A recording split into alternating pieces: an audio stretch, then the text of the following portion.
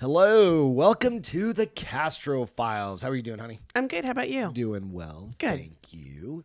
All right. Thank you all for joining us today. Why can't I see? Oh, because I don't have my glasses on. Because you're reading your iPad. It's all good. But thank you again for joining us on this episode of the Castro Files. First and foremost, like and subscribe to the podcast if you don't mind. Please. Check and, do that. Share the show, of course. Yes. But also go out. Give us if you prefer audio versions, go out and check us out on iTunes and Spotify. Do us a favor, hit the little 5-star on your when you're there hanging out or listening in. And then also out on our Instagram on the Castro Files, you can find all of the images that we do for these shows that we post during the actual show or during the for audio listeners, you can find them out there too. Correct. So, cool. Yeah. All right. With that, You got a good story for us? Episode or show for us. So this one, I'd heard about this a long time ago. Okay. I think I'd seen it maybe on of course, like a Discovery Channel mystery or one of those types of situations, right? Or shows. And it's the Dyatlov Pass Incident. So you may remember hearing about this, and if you haven't, this is in Russia. And we'll have a map of it where the Dyatlov, and if I'm butchering the name, forgive me. I'm gonna do my best with the names. Yeah. They're Russian and stuff like that. So and you're not. So yeah. But it's way out from Moscow. So okay. It's in Russia, but Okay. it's out there. Okay. Right. And it's in the outskirts, like of Russia, No. or Like I can't think what it's called, but it's basically out in the mountains. Okay. Like way out. So there'll be a map that we'll show here. But also this one it's one of those ones that like the mystery had never been solved. Okay. We're gonna get into some of them, and they may at least have an idea of what had happened. So Interesting. The Dyatlov Pass Incident. So this is found out on ABC News website, so you can check it out there. I'll post it in the links. So, incidents sparked terror and conspiracy theories, but has the mystery finally been solved? And I'm not quite sure you'll agree. So, when the search party finally found the bodies of missing hikers in the Ural Mountains, the scene was so horrifying and so confounding that it would inspire conspiracy theories for decades to come. Frozen corpses, strange injuries, and missing body parts. Yikes. Curious levels of radiation. Each discovery was more perplexing than the last. Who or what killed 9 young and extremely experienced hikers on the slopes of the Dead Mountain in western Siberia in 1959? That was a name I couldn't think of just a second ago. Siberia. I'm like, it's in there. All right. So for years, the tragedy has been analyzed and debated by scientists, amateur sleuths, and journalists. Whether it was a murder, a Soviet military test, or even the Yeti, no one could agree what had happened to them. But after 63 years, two researchers may have solved the mystery with technology borrowed from the animators of the Disney movie Frozen. Interesting. There's just one problem. Not everyone believes their hypothesis. Okay. The slashed tent. When the search party set out in late February of 1959, they were still holding out hope that hikers might be found alive. While they were 8 days late in returning from their trek, delays in the rugged Urals were not uncommon. All 9 members of the expedition, mostly young students in their 20s, were highly skilled cross-country skiers. Okay. The search party climbed the slopes of Kholat Syakhl, which means Dead Mountain in the language of the Urals indigenous Mansi people. The hikers died in what's now called the Dyatlov Pass. It was there that they realized something had gone terribly wrong. They found a tent which appeared to have been slashed open from the inside and hastily abandoned. The tent was half torn down and covered in snow. One of the rescuers, Mikhail Saravan, later recalled, it was empty and all of the group's belongings and shoes had been left behind. It's like they just bailed out of this thing. Right. They just took off. Like, Right. Even if you have like a bear, you stay in your tent, right? Right. There's even if it's just a material, stay in your tent. Several sets of footprints were found in deep snow, but they seemed to vanish just meters from the tent.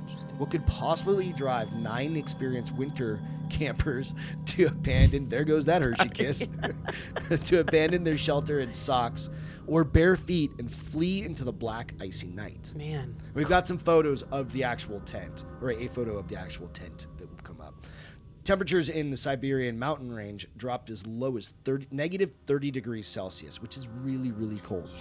So I don't know what that is in Fahrenheit because Greg in math Hashtag don't mix. Fahrenheit. With in negative 30 Celsius in winter, with night falling and no sign of hikers, and there's no way we can find that out through the internet probably.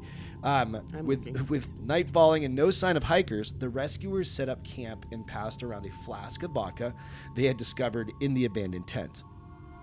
One of the rescuers proposed a toast to the health of the missing hikers.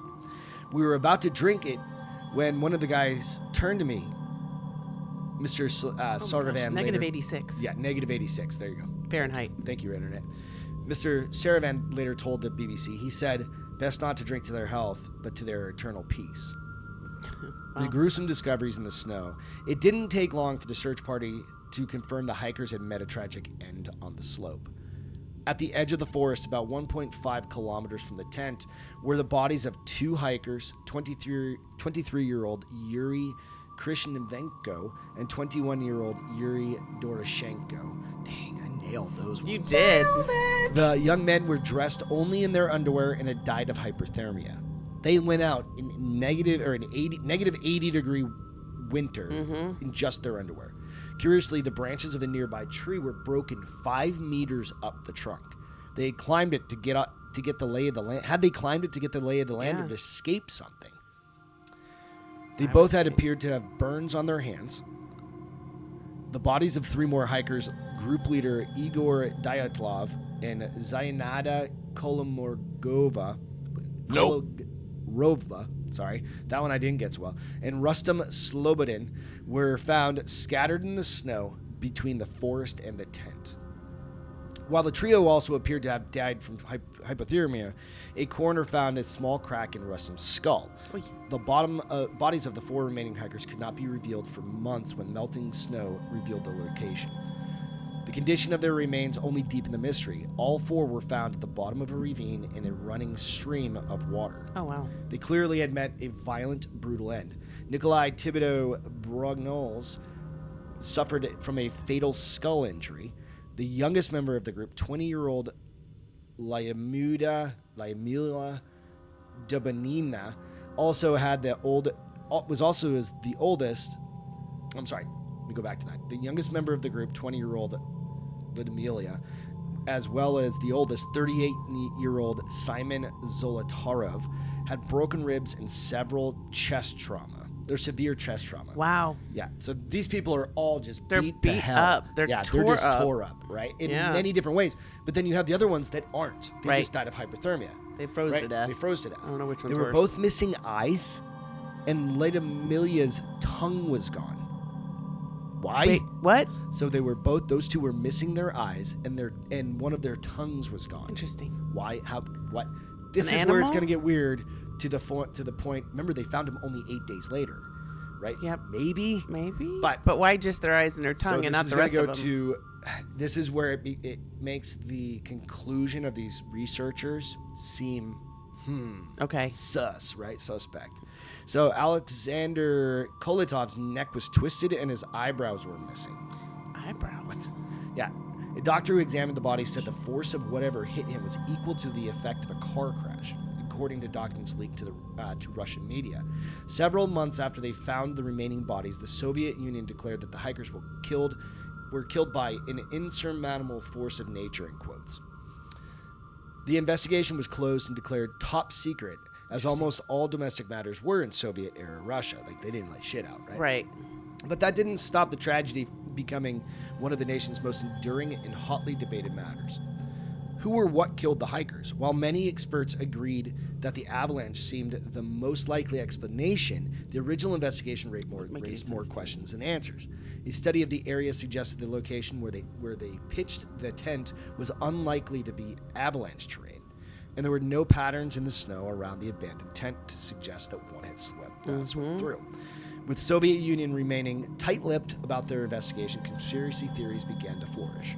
Some of their more outlandish ideas, like we said, were botched alien abduction, an attack by mythical Yeti, or a fluctuation in gravity even, were easier to discount, right? And like, we've never seen a Yeti. Well, What's a fluctuation in gravity? like where you lift up And it I'm just saying, but smashes you back down. what? I mean, that wouldn't. Your gravity stays the same, constant. Maybe. Let's try on a trampoline. They're trying to do something. Maybe. Who knows? Right? But even the more realistic theories just didn't fit the evidence. Russian investigative journalist Svetlana Oss wrote in her book Don't Go There, that she believed local hunters murdered the hikers while high on psychedelic mushrooms. So it's not any better or worse it's than not. the other. Yeah, it's not any more realistic. far-fetched than A Russian news station also theorized that all was not well within the group. Perhaps one hiker turned against the others in a fit of rage. I don't know about that. To take an eyebrows off. eyebrows, tongue, eyeballs. Yeah, I don't know. But the coroner said no human being would possess the strength to inflict the damage found on their bodies. With Soviet Union in the grip of a Cold War in the West, suspicion began to grow that the young hikers had fallen victim to a military test. In such scenario, USSR forces were testing weapons in the remote Urals.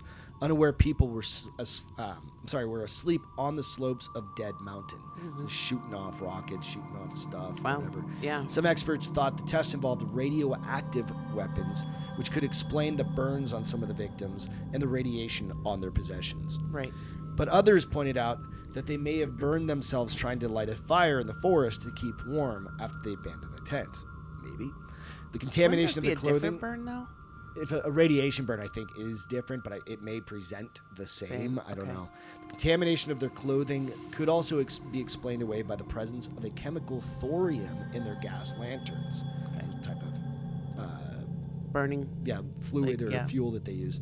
Parachute mines, which explode in the air, are known to cause the kind of devastating internal injuries suffered by the hikers. The most vocal proponent of the parachute mine theory was Yuri Yundin. When the hikers set out, they were initially a group of 10, but Yuri's chronic joint issues flared up in the snow, and he turned back 5 days before the disaster struck. Until he died in 2013, Yuri insisted his friends were accidentally killed by powerful weapons. This is where the new idea comes in. The new theory. The delayed slab avalanche theory. Armed with computer simulations and documents finally unsealed after the fall of USSR, two Swiss scientists came together in 2019 to see if they could finally solve the riddle. For Joshua Guam, a snow expert, and Alexander Puzrin, professor of geotechnical engineering, the avalanche theory still seemed the most likely, despite its obvious flaws. First, they addressed the angle of the slope on which the hikers had pitched their tent. Many opponents of the avalanche theory said Dead Mountain's incline was simply too gentle for the snow to come hurtling down at any speed. But the researchers discovered that the undulating slope of the Dead Mountain was just steep enough, an angle of about 30 degrees for an avalanche to occur. And if you've gone to the mountains, if you've seen snow, stuff like that, I mean, it doesn't take much of a pitch for it to build up, like a cornice or something, and then that just gives way. If you've snowboarded or skied in backcountry or anything like that, it can happen, and it can happen very fast. And it's unsuspecting. They shoot cannons at big resorts and stuff for a reason to kind of to shake that, even off of snow not down. Very steep slopes, right? So one decision the hikers had made that night may have sealed their fate. They dug into the side of the slope so that they could protect themselves and the tent from the wind. But in doing so, they may have destabilized an underlying snow layer on the side of the mountain. It would have happened immediately. Several hours after they ate their last meal and fell asleep together, a snow slab about 5 meters wide could have hurled down towards them and basically covered them up. Immediately, though. Spread them that wouldn't have been immediately. That would have been 5 hours later. So a lot of times they'll do studies, and you can find these on YouTube or the internet, and there's a point in the snow depth where it just shears off. Okay. Right? And that's how they do tests and say, all right, it's the temperature variance from this portion of the snow to this portion. There's this water layer or something. It's like the melt point. Okay. And that's what causes it to come down, right? That Makes could have sense. happened. Okay. So, Professors Puzrin and Guam then needed to work out how quickly the ice slab of matter could travel down the slope. Disney lent the researchers their animation codes used to make the snow look so realistic in 2013 movie Frozen. So they used the technology from Disney to then Incorporate it figure into it out. theirs and do some math. Their simulation showed that the snow slab would have hit the hikers with the force of a 4-wheel drive. Enough to break ribs and skulls and force the group to flee for safety of the forest. Our work shows that the plausibility of a rather rare type of snow slab instabilities that could possibly explain the Dyatlov Pass Incident, they wrote.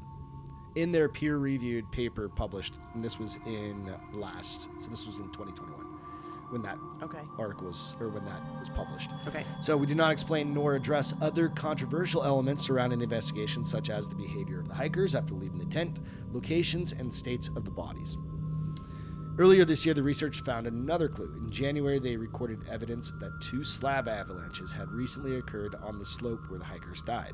The slabs, buffeted by high winds, were practically invisible within hours. Okay. So it comes down, and then the wind just blows it Makes over. it And look just, like it's just just snow. fresh snow. Yeah. Right. In 1959, it took this search party 3 weeks to find the tent. More than enough time for howling winds to vanquish any trace of what had occurred. So, did science solve the mystery?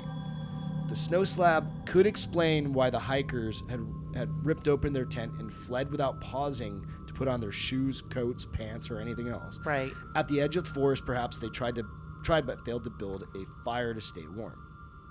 By then, they would have known that they were in dire trouble.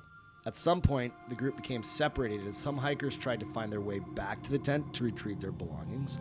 With poor visibility, they soon lost each other in the black of night and succumbed to the frigid weather. The 4 remaining hikers wandered in the forest before falling into a ravine to their deaths. Their missing body parts were potentially eaten by scavenger creatures, like we talked about, or washed away by the stream below. They just 8 days of being in the water deteriorates, it rocks. Yeah, it snowfall, doesn't take your trees. eyebrows off, though. I don't know. I'm trying to think, if you fell down ice, like I've fallen on snow, like even the dogs, right? When they play on the snow up, Colorado, Their feet get tender.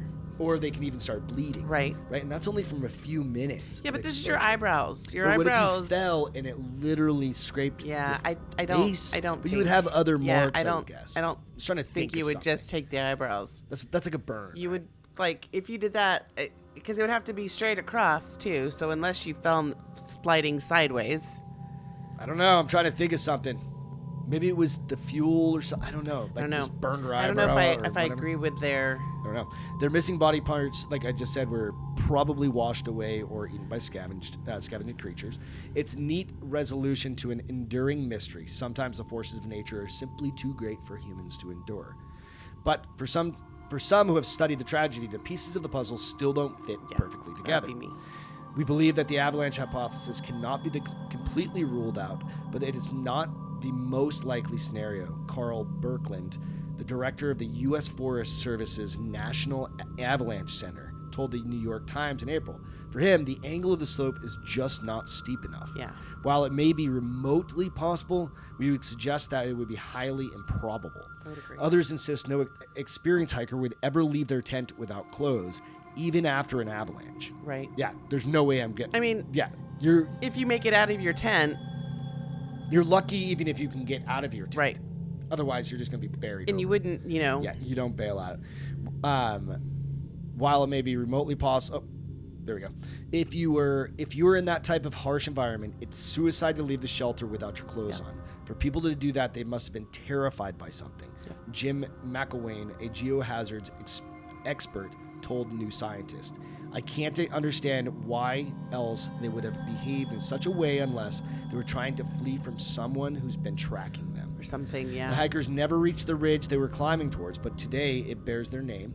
The Dyatlov Pass honors the group's leader, 23-year-old Igor Dyatlov, who planned the ill-fated adventure for his friends. It's the story of 9 friends who fought together against the force of nature, and they didn't leave each other. So, I'll have a picture at the end. That's interesting. There's a picture coming up for I mean, it's an 9. interesting theory, but I also don't agree. There's so many holes and so many There's just too many unanswered what questions. What the heck happened? Why were they so scattered? And why... That damage that caused their body, if it was happening during the avalanche, they wouldn't have gotten out of their tent. It would have killed them in their tent. Right. I mean, even avalanche, they absolutely could break your bones and do all Oh, sorts yeah. of stuff, right? You see it. And, I mean, there's videos. There's reason people Especially if have, they're going fast like, and there's trees airbags and on them now when yeah. they're snowboarding and skiing, right? And so, yeah, I mean, we're pretty familiar with that kind of environment. terrain. Like, yeah, but to get out and run barefoot in your underwear, Right. or without, yeah, even just your shoes, even if you didn't have That's- time, like you protect your Man, feet, no, yeah. with the intent of going back. Right. So, Like if you climbed out, okay, so let's just say you did get in an avalanche, right? And your negative tent, 80 degrees. your tent is destroyed, obviously, but you've gotten out of it, and now you're like, okay, I need to get my stuff out of the tent so that I can try to move forward and get rescued. It was a Yeti. You know, so I was something. I don't know what I think it was, Maybe but I don't think it was a somebody was avalanche. stalking, like they said. Maybe it was somebody stalking. Maybe, or it was a military test gone wrong, Exercise. or something. Yeah, I don't know. There's a lot of questions on that one. So, And I had heard of it. I had heard of this before, probably from one of our shows or something. That we would like it's to a watch. really cool story. It It's is a a cool really story. interesting one that people are still trying to figure out to this day. Still questioning. That was in 59, right? Yeah. So you're talking 70 or Yep. just 62 years ago or Yeah. whatever, right? So 63 years ago. Actually. Yep. So, all right. Well, I Good hope you story, enjoyed that honey. one. That was good. It was interesting. Absolutely. Y'all, thank you so much for Yes, hanging thank you, out with guys. us today on the Castro Hope you enjoyed the Files. story. Absolutely. On your way out, be sure to hit the like and subscribe button, hit the notification bell, Yep. and of course, share the show. We appreciate Yep. it. Sharing is caring. I like to do that. All right. We appreciate y'all. Love you, Bye, honey. guys. Have a Catch you good guys week. later. Love you too, babe. Cheers.